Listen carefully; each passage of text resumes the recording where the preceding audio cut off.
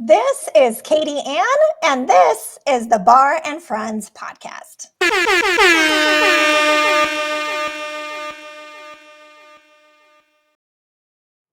Do you want to get remarried? And from your past marriage, Mhm. what are some things that you could do differently, if that Yeah, makes sense? yeah, and that's like actually there was like a year or two period where I thought about that before I even left. I was like, what would I want to do differently? If Right. I were to leave and I would want to have a different marriage, I have to create that here first. I have to do everything I possibly can to do that here first. And so I did what I was like, okay, I can humble myself. I need to be like, what kind of wife do I want to be? What kind of mom do I want to be? I'm going to be that wife and that mom. If I would be anybody different for anybody else, I have to give it to him first.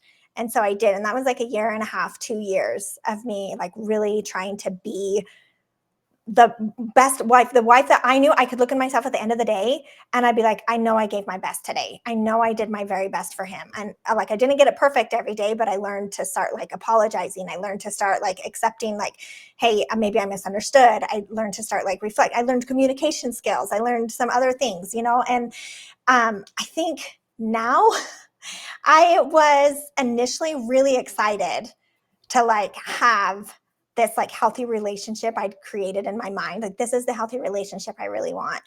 And I gotta say, the more that I've dated, the less excited I am about that. In fact, not because men are bad, not I because men get are you. bad, I but get just you. because, like, I actually have more faith and trust in men than I ever have before. Like, I Right. really think there are really amazing, God loving men out in the world. And at this point, like, let's be honest, we all got baggage. Like, there's no 40-year-old walking around that doesn't have some baggage or trauma or something really difficult that they're trying to work through and Right. trying to figure out. And I don't think there's a person out there that's got it figured out.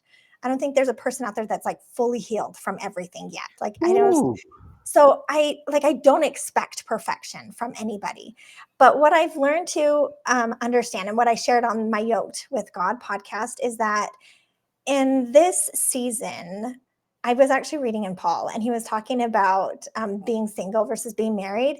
And this Right. is a foreign concept to me, that being single is anything to be excited about. Okay. So I'm like, I was like, but it's the fourth or fifth time I've read this. And it just re-hit me this last time that, like, Paul is saying there's something really beautiful and amazing in being an individual Right. and being just with God. And I think that I always looked at marriage as being a fulfillment of my identity. Come on. Yeah.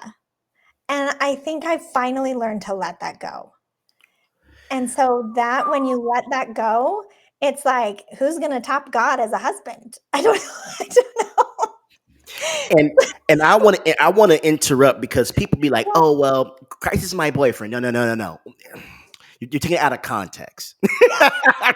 Like, you understand that he is your all in all. You know what I'm saying? I just, because people be going crazy, especially in the Christian community. Like, oh my gosh, for Valentine's Day, oh, he's Oh, my yeah. No, I love husband, it. and it's crazy. So yeah, go ahead. Yeah, no, that's a good caveat because, like, those are things I don't think about. It's like new realizations for me and new understanding, like, um, how I've started to read my Bible as, how does Christ love the church? What are his Right. attributes as the bridegroom? And then I was like, in turn, Christ has expectations for the church. And I Mm. can't expect to find a husband with these attributes if I'm not exhibiting the attributes he would be seeking out. So I think in this season of like Genesis is like refining me to really be a person that could be the recipient of that. Like, how, and quite honestly, like relearning what love is, like what is love and how to receive love, because I've never received love in a healthy manner. And that, I think, learning that from God is like, okay, I don't know about that, but I'm gonna need a minute. But- Wow.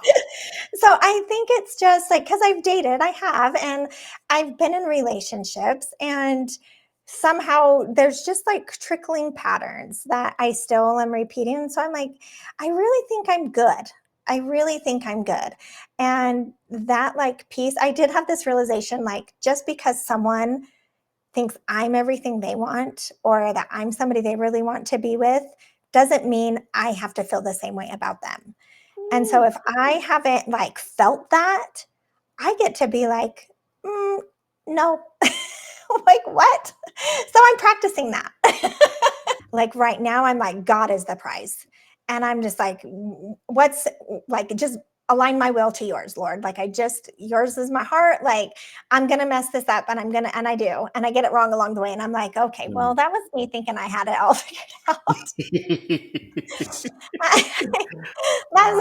that's, that's what I was doing today. I was like, I'm like, okay, so clearly, okay, still learning, and that's okay. So, but that's like what I shared on my episode, Joked with God, is I think that nobody's perfect, but you will know who's striving and who has some kind of measure of their own that they're That's trying good. to attain to That's by good. their life. And that's what I think I've started to pay attention to. And then I was like, wait, what am I just need to focus on mine. Like, let's just focus on mine, and I'm going to focus on God. And like, I'm really good. Like, I really had this realization the other day. Like, I really, really feel at peace with being alone with God for as long as He wants me to be. And I'm really okay with that. Wow. Yeah. Because you spent 17 years being with Yeah. someone, Yeah. if I can even dare say this, not being at peace. Yeah. And now Really. you're in a place where you actually have like the Yeah. everlasting peace Yeah. surrounding you, protecting you. And Hmm. so it's Yeah. like, hey, let me just, have that as long as I can. And yeah, Right. that's so good. Yeah. Yeah, well, because I had this realization that like when you are married or when you're in a serious relationship or any kind of relationship, it's a compromise. You're constantly like working together. You're each seeing things through your own perspective. You're like communicating. It is a lot of effort and work, and but it requires compromise. And what I've realized is I'm just not willing to compromise right now. And so it really isn't fair for me to ask somebody else to accept that. And I like right now I get to see and be with God in the way that I want to be, in the way I hear him, in the way I feel him, and the way that I share him, and the way I study him and learn about him. And for me to share my life with somebody else means some of those things would have to change, and I'm not willing to give That's that up. right. That's And right. I think he's still teaching me a lot of things. And I just feel like it's just, I just don't expect anybody else to want to be in that same season. And I kind of feel like it may be a little bit in a selfish way. This is the season I really get to be with God. Like that doesn't really come that often. So I just want to enjoy it and let it be. But then, there are so many women out there, and sheesh, they they want they want to have a relationship. They want to Yeah. have that man, but they don't Mhm. really want to get refined or going through the Yeah. refining process. They want to continue to keep those Yeah. patterns going. Yeah. And you're like, nah, hold on. Hmm. This is me, myself, and I. Hmm. And I want to be able to, and I want to go back and say this, like, it's not self. I mean, to other people, it may be selfish, but no, like, you want more. It's like you put people above you all your life. And so Yeah. now it's like your season. Like, no, Mhm. it's me and Jesus. And Yeah. I'm cool with that, you know? Yeah.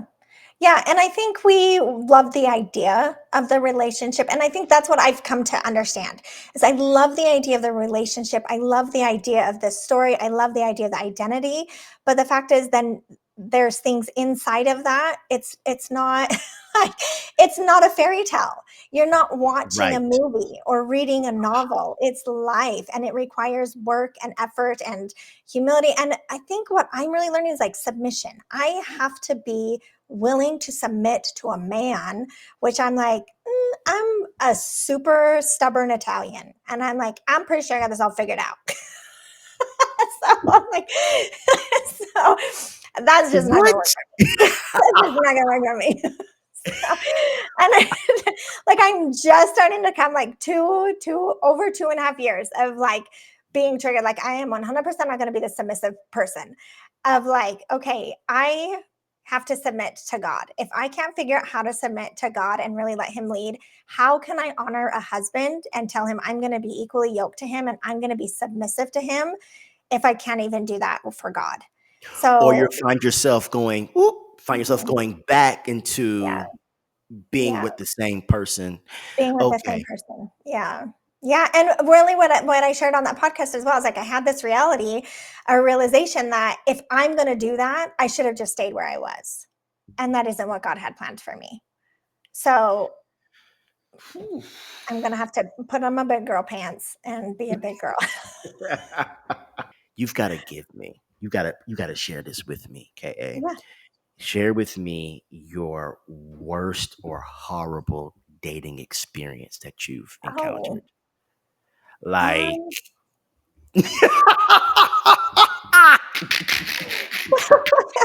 you got to do it. You got to I'm not, do I will it. say I am not I haven't ever like gone out on like dates. Like I've Right. met with a couple people. My worst thing that ever happened was like I decided to test out a dating app and a Okay. guy really wanted to meet and I was fine. He had a couple things in common with one of my siblings and so I was going to meet him and I had to reschedule and so we rescheduled and then I met somebody that I was talking to I liked more and I don't have a desire or capacity to talk to more than one guy at the same time. I just don't. I don't. So I just said, "Hey, you know what? I'm so sorry. I'm talking to somebody else. I don't really think it's appropriate. I don't feel comfortable meeting." And I accidentally sent a laughy face instead of a like face. So he reported me to the dating app service as being like not even joking. I was like, He "Oh, reported you? you reported me." And I was like, "Oh, I mean, I immediately was like, oh my gosh, I'm so sorry. I did not mean to send that emoji." Like I was actually out of town and oh, he was very offensive. He was very offended. And I was like, "Oh dear. Okay." So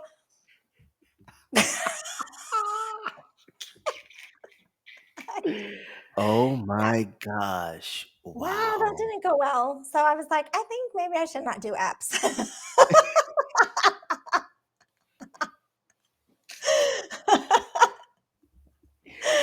Yeah. That's crazy. Yeah, that Wow. was kind of Oh weird. my But goodness. yeah, no. So I'm really good.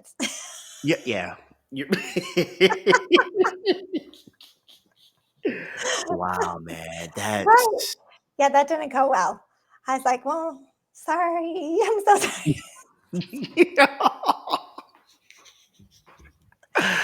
Oh Totally man. start like, oh, stuff like that. I'm just the queen of awkward. I don't know. Somehow I just managed to Oh do. my goodness. Oh my god. Yes, that didn't go well. So, Crazy, but yo. that was And my fault. oh that hey, I mean, it was by accident though. It was. I was like, "Oh dear. Okay." And he doesn't have an iPhone. I have an iPhone, so I couldn't edit it. And I was like, "Oh my, I'm so sorry." Oh Yeah. wow. Yeah. I was like, "Oh, he's not blue. I can't take that back." But no, I actually appreciate because you did make a post on this Okay. on your socials, but I do appreciate how you have a healthy outlook on men when it comes to divorce. Because usually men get the bad side of the stick when it comes to Mhm. divorce. Like it's all his fault. It's da, da, da, da, da. Mhm. But you just mentioned you mentioned this too in the pod that you know that you have a healthy outlook of men when it Yeah. comes to dating and all that. And I appreciate you saying that because, like I mentioned, you know, from a breakup or a divorce, it's kind of like men get the bad end of the Mhm. stick. Like, oh, Yeah. it's all the men's fault. And, Yeah. I couldn't do it with him. And it's like this stigma. And I feel for women now, of course, you have a positive outlook and you do desire to get married again. But it's like, Yeah. for women, that don't, that have come from traumatic and, horrible, situations. Yeah. It's not like that for them. Yeah. Yeah. And that kind of like breaks my heart. Mhm. And I kind of want you to speak on on the woman's stance on that of, Yeah. you know, still being refined and Mhm. still trying to, in a sense, find yourself after divorce. What would be your advice to a woman that has gone through traumatic or dramatic situations in their life and they're like, Mhm. I don't know if I Yeah. can trust a man again? I definitely want you to speak Yeah. into that. Yeah, and actually, that's my next podcast episode. I'm going to talk about like Oh, trauma and healing and perfect. narcissism specifically because that's a big buzzword. But and my mom is a therapist, so I bounce a lot of stuff and get information from her. But it I think there's a difference between understanding who you are and what you're willing to tolerate and what you know you deserve, and Right. placing expectations on somebody else to give you everything that you want or you know you deserve. And I talk about that in one of my podcasts about like the difference between self-love and self-identity, because the truth is like if you don't understand or have a desire to understand what your half of the dynamic is, then you are going to just recreate that over and over again. And so, especially if you've been in a really abusive relationship, there's so much like specifically with narcissism, they always say, like, you don't just get a broken heart, they break your spirit. And Mm, that is something that takes a really long time to heal from because there's so much that they do on purpose to diminish you as a valuable human, and that is really painful. And those are some wounds that maybe don't even really heal completely. But when you learn to like let God help you through that, like, and you really need professional help when you've been in a relationship like that, you need professional help to undo the mental damage that has been done. And my mom said, like, for every year of a relationship you've been in with a narcissist, you need 6 months to heal because you're undoing, 6 months for every year. So you think of half of the time, you think of it. I mean, that's a lot. That's significant because, like I said, it's really breaks your spirit. And there's a gentleman on Instagram. I think he's Ryan Miller now, but it used to be Dude with Good News. He shares all about biblical teachings of how to deal with narcissism or how to deal with these. And what's hard with like abusive relationships is they don't start that way. They are really charming and really amazing, and they do have the ability to connect, and they do have the ability to show up as a partner that you really want. And then they just slowly erode away at that. But there's also like this cycle that goes through over and over again. And if you like, it's crazy, it's literally crazy making. And you have to unlearn to unidentify yourself as that person in that relationship. And that is serious work for sure. And I do encourage women to absolutely seek professional help with that and to really be patient with yourself. And I think one of the most powerful things you can do is just be aware of like what's my cycle and what's really my motivation between wanting to be single or wanting to be in a relationship, because there's unhealthy versions of each of those stories. And I always say the most powerful thing you can have is awareness, because you can't change something. Like GI Joe is my favorite true story. Knowing is half the battle. Like, it's true right, story. right, right. I quote him all the time. But you really can't do anything different if you don't acknowledge what is off. And so I think for me in my relationships, I was really willing, and I still am, to be wrong and accountable for my half of the dynamic. And I think I'm still learning how to be aware of those patterns that I might continue to bring up. And I think that's part of the healing process with Christ. And that's why this season is like so powerful. It's not just like, I saw this reel. It's like healing with Christ isn't just like beautiful scripture verses and journal entries. It's like really it's really raw conversations. It's like humility. It's him pointing out flaws to you. It's him like saying this is where you got wrong, and like you have to now apologize and accept like I did these things. Like, and a lot of my research about narcissism, I was like, oh my gosh, these are little things that I learned. And one person I really appreciated, this psychologist said, in an argument, there's always going to be contention in a dynamic, in any relationship. But anybody coming to a confrontation is never coming in their best self form. And we all exhibit some of these narcissistic traits at times, but there's a difference between exhibiting them and learning from them and being aware of them, and having an actual personality disorder where you don't care, where you don't care, and you're purposely exhibiting them and you're purposely using them against the other person. And so being aware of like what that difference is, and being aware of like, am I a person who is going to tolerate these kind of things? Because as a people pleaser, you want to make other people happy. You Exactly. want to, and it's hard to unlearn some of those things. And boundaries, learning boundaries was probably the most uncomfortable thing for me, because it meant I had to say no, and I had to stand up for what I had asked for, and that meant it made other people upset. And I was like, that is really uncomfortable. I don't like that. And so there's a big pendulum. And so no matter where you're at, and they're like, I want to be in a relationship or I want to be alone, just be curious about what's the reason why. What's the why? And we always Mm. say, like, get to a why until it makes you cry. Just keep saying why to yourself until you really get at the root, and really investigate that with God. And because some people are supposed to be single, and it's a beautiful thing. And you can do so much as a single person, especially if you're unequally yoked with someone. Like, being unequally yoked isn't better than being single. So, like, Ooh. it's okay to take your time, but figure out you, and figure out who you really want. And I think be willing to be wrong about all of it. If if being single for the rest of your life, KA, if that's Mhm, God's will for you, are mhm. you okay with that?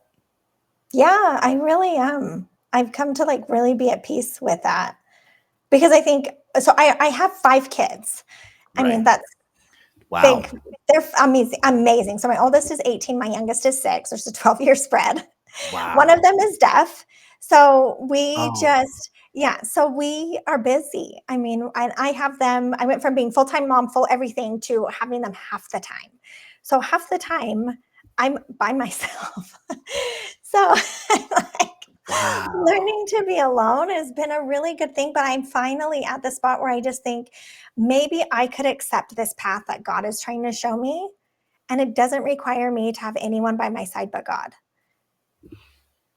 So, like, why would Wow. I want someone to come in and like get me off of that path?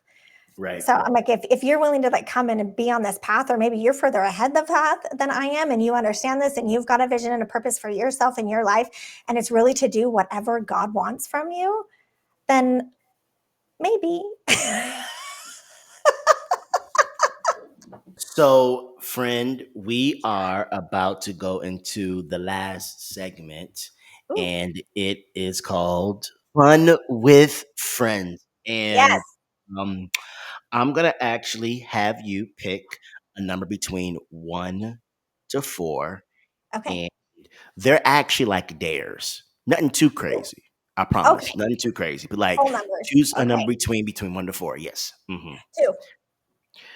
Ooh, ooh, ooh. Okay, Now I'm okay, nervous. okay. This is a good one. You're gonna. This is a good one, and I am actually going to give you something to use. Okay, so 1 minute sermon challenge. Oh, I have to give you an object to make a sermon on. okay. Let's do it. All right, so you're gonna make a 1 minute sermon out Okay. of this guy right here. Oh, Michael Jordan, right? That A is true Michael love story. Jordan. In 5, 4, 3, 2, and go. Okay, so when we all look at Michael Jordan, we think about the things he's achieved, the things he's accomplished, the things that he's overcome. But what does he have today? Where do you see in his life he has changed and made an impact in the life of you and the people around you? Do you look at Michael Jordan and think he got it all figured out and he got it all right? Or do you recognize that he lived an amazing life, challenging himself and missing out on who God really had for him to be? Give yourself some time to think about. Paul, the new creature, you are the creation of God, and God created Michael Jordan to do something amazing. He is an example, but is he the example of the life you really want to live and become?